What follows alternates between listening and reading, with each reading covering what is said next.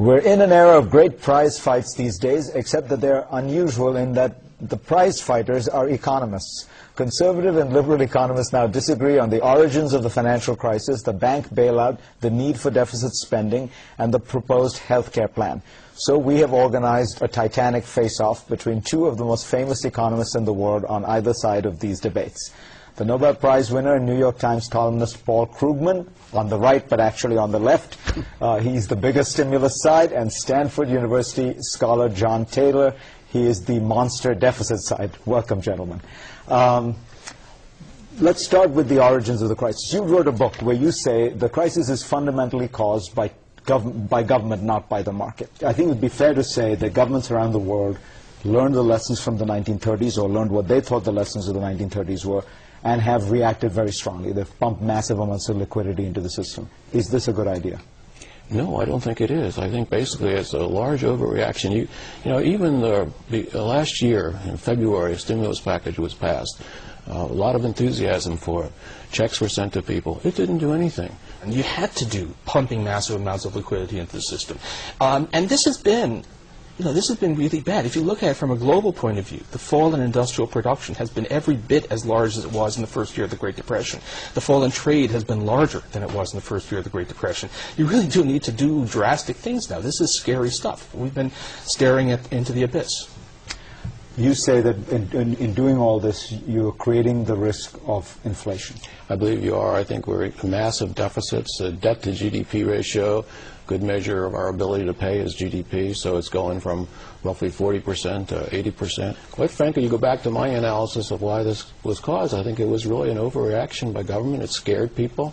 The markets collapsed last fall, especially in September and October. That's when you see these big declines Paul's referring to, exports declining in consumption. And it basically stabilized in early as December and January. We don't know what's going to happen. But you're saying that it was Hank Paulson and Ben Bernanke going up to Congress and scaring the hell out of them to get the $700 billion that sent the economy into a shock. Big part of it, absolutely.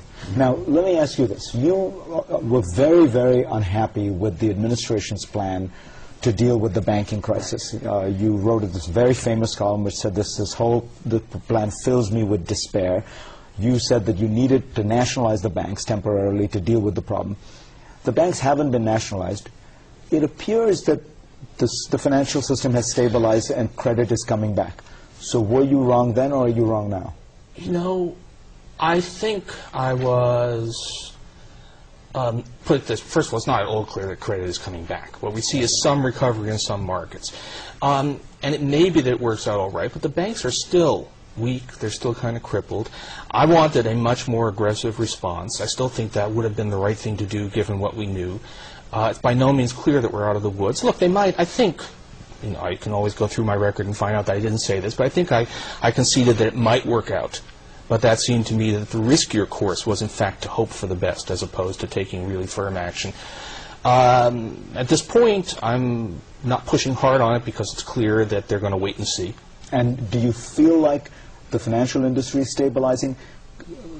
Look, the way I look at it is I'm not sure what's happening with the financial industry. What I do know is that the real economy is nowhere close to stabilizing. We just got a new report on new unemployment claims, which are still running at a level suggesting that the economy is hemorrhaging jobs. This is still nowhere near. Green shoots, those green shoots look awfully brown from here. There's no sign that things have stopped getting worse at a rapid pace. So we have not done enough. Now, maybe a more forceful bank policy would have helped. I was also thought the stimulus wasn't big enough, and this is going to be a real problem because when the stimulus isn't big enough, people don't respond to the outcome by saying, oh, we need to do more. They respond by saying, oh, the policy failed. So we have, in fact, fallen short. I'm quite concerned that Obama, although doing things in the right direction, is behind the curve because they haven't been big enough. Do you think that the economy has stabilized? I saw the stabilization really back in like December, January. You had a real collapse. Exports, consumption, it's sort of flattened out. It's picked up slowly, but I agree. It's going to be some tough times ahead. But it sounds to me like you're saying we had a financial catastrophe, but we're going through a kind of somewhat normal, worse than normal recession? It's worse than normal because of the catastrophe, absolutely. But we're now, in a period where we should be able to see some growth in the third and fourth quarter, but it's not going to be strong, and we will get increases in unemployment. In the meantime, I think the stimulus is not helping. I actually think it's somewhat counterproductive. How can it not help? I mean, you're creating demand. Well, actually, quite a little bit, quite frankly. You go to the White House website, of the $787 billion package, only 53 has gone out the door, and only, believe it or not, less than $500 million, 373 million, is infrastructure spending so far.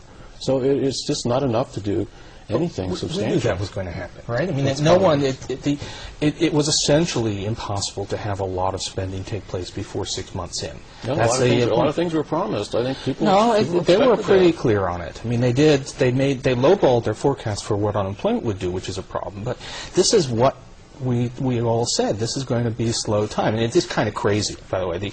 The people saying, "Oh, it's 4 months since Obama signed this bill, and where's the recovery? The plan has failed." We actually haven't had a chance to test it at all yet. Well, I think that's part of the problem with the policy. You just can't deliver that rapidly. So in the meantime, it could come too late. And in the meantime, you get higher interest rates from this. This is I don't buy that at all. Okay. And oil prices are rising. Let's get to interest rates in a second. But what's wrong with the argument that if what you're trying to do is create rapid increase in purchasing power, that a tax cut, a permanent tax cut, would actually deliver it faster? So we do a permanent tax cut every time the economy is weakening. And then what do we do when the economy is strengthening? Have a permanent tax increase? So but then in that case, it's not, there's a logical problem here. Okay. You can't have a ratchet where you always cut taxes and never raise them. Eventually, we end up with no government at all, which is, I guess, some people's goal, but you can't do that. So I think it would have been somebody who wrote arguing for a permanent tax cut. Absolutely. I think actually I recommend that President Obama come in and get his middle-class tax cut established permanently at the beginning. His make work pay credit would have been good, been permanent, would have been something that people could count on. I think that would begin to have some more effect. Wouldn't that have effects on the deficits that you worry about? I think really the problem with the deficit now, quite frankly, is just massive spending growth. We have a deficit of $1.2 trillion forecast by the CBO 10 years from now.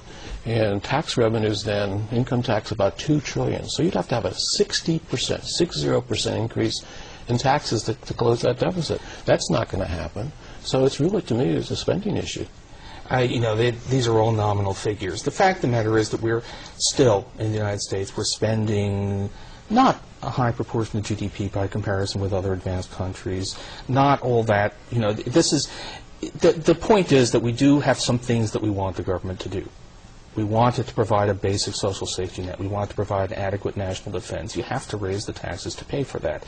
And you can't just decide that we're going to set tax levels permanently set tax levels based on what the state of the business cycle is right now. That's not, that way lies madness. That way lies an impossible task of trying to fit your long-term spending plans to what you do in the heat of the moment to respond to a business cycle. This is why you need spending programs to fight this kind of recession. We will be back with our clash of the economist titans right after this.